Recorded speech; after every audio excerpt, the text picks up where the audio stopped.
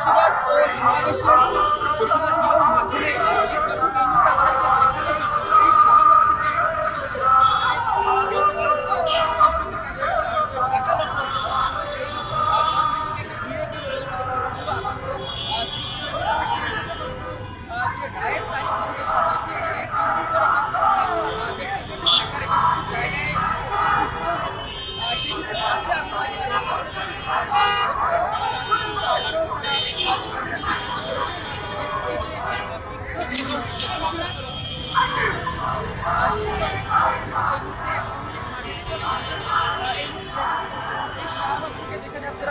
দেখতে পাচ্ছেন কর্মচঞ্চলতা মানুষের মাঝে কিন্তু বৃদ্ধি পেয়েছে।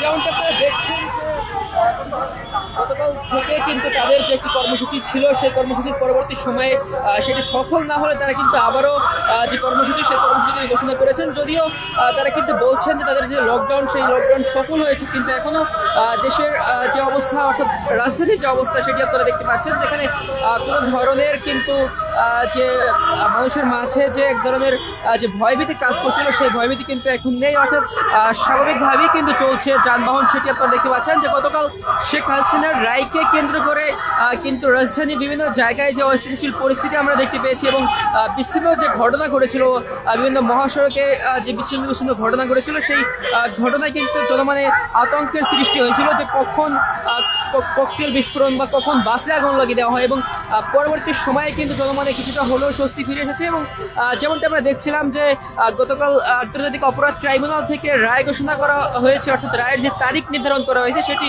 আগামী 17 নভেম্বর কিন্তু এই যে রায় সেটি কিন্তু ঘোষণা করা হবে। অর্থাৎ মানবতা বিরোধী অপরাধের কারণে কিন্তু শেখ হাসিনার যে রায় এবং সেই মামলাটি কিন্তু ঘোষণা করা হবে। এর আগে যে মামলার এজলাসে কিন্তু জানা গিয়েছে যে সেনাবাহিনীকে ব্যবহার করে শেখ হাসিনা তিনি কিন্তু দেশে গৃহযুদ্ধ বাঁচানোর চেষ্টা করছিলেন এবং পরবর্তী সময়ে কিন্তু সেই মামলার তদন্ত করে কিন্তু সেই যে রায়ের যে তারিখটি সেটি কিন্তু নির্ধারণ করেছে। দর্শক, যেমনটি আপনাদেরকে দেখানোর চেষ্টা করছি যে এই মুহূর্তে শাহবাগের যে পরিস্থিতি, যেখানে আপনারা দেখতে পাচ্ছেন যে কর্মচঞ্চলতা কিন্তু মানুষের মাঝে এখনো রয়েছে। অর্থাৎ গতকাল যেমনটি আমরা দেখছিলাম যে বেশ কয়েক জায়গায় কিন্তু যে জনশূন্য হয়ে পড়েছিল, অর্থাৎ রাস্তায় যানজট কিছুটা কমে গিয়েছিল, কিন্তু আজকে আপনারা দেখতে পাচ্ছেন যে একেবারে স্বাভাবিকভাবেই কিন্তু চলছে। অর্থাৎ গতকাল কর্মসূচি সফল করতে না পেরে কিন্তু আওয়ামী লীগ আবারও কর্মসূচি ঘোষণা করেছিল, যেটি 16 এবং 17 তারিখে কিন্তু তারা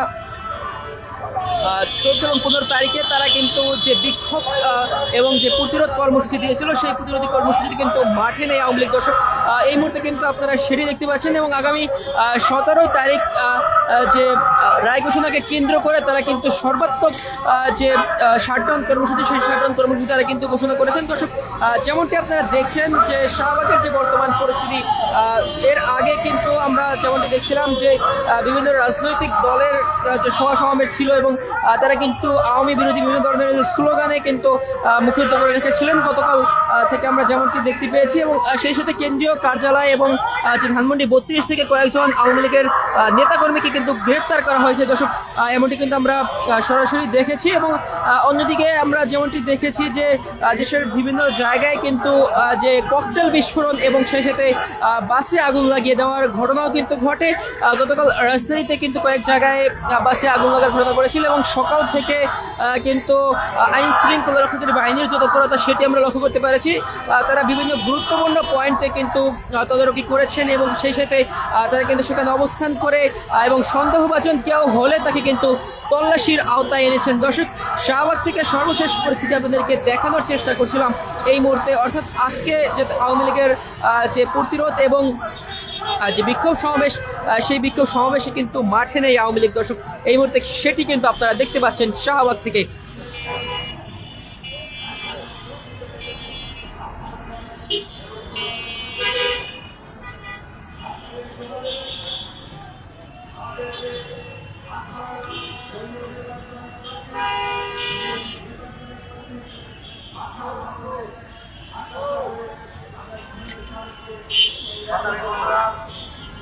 আমাদের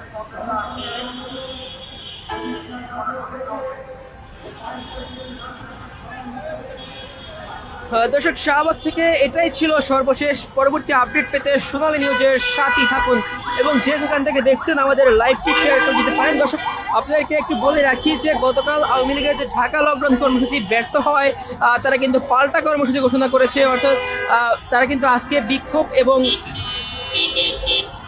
যে প্রতিরোধ কর্মসূচি, সেই প্রতিরোধ কর্মসূচি তারা কিন্তু ঘোষণা করেছেন। যদিও কিন্তু আমরা এই মুহূর্তে কোথাও দেখতে পাচ্ছি না আওয়ামী লীগকে। অর্থাৎ অন্যদিকে কিন্তু আইন শৃঙ্খলা রক্ষাকারী বাহিনীর যে তৎপরতা সেটি আমরা লক্ষ্য করতে পারছি। তারা বিভিন্ন গুরুত্বপূর্ণ পয়েন্টে বসে তারা কিন্তু চেকপোস্ট বসিয়েছেন এবং সেই সাথে তারা কিন্তু সন্দেহভাজন কেউ হলেই তাকে তল্লাশির আওতায় আনছেন। দর্শক, এটাই ছিল শাহবাগ থেকে সর্বশেষ।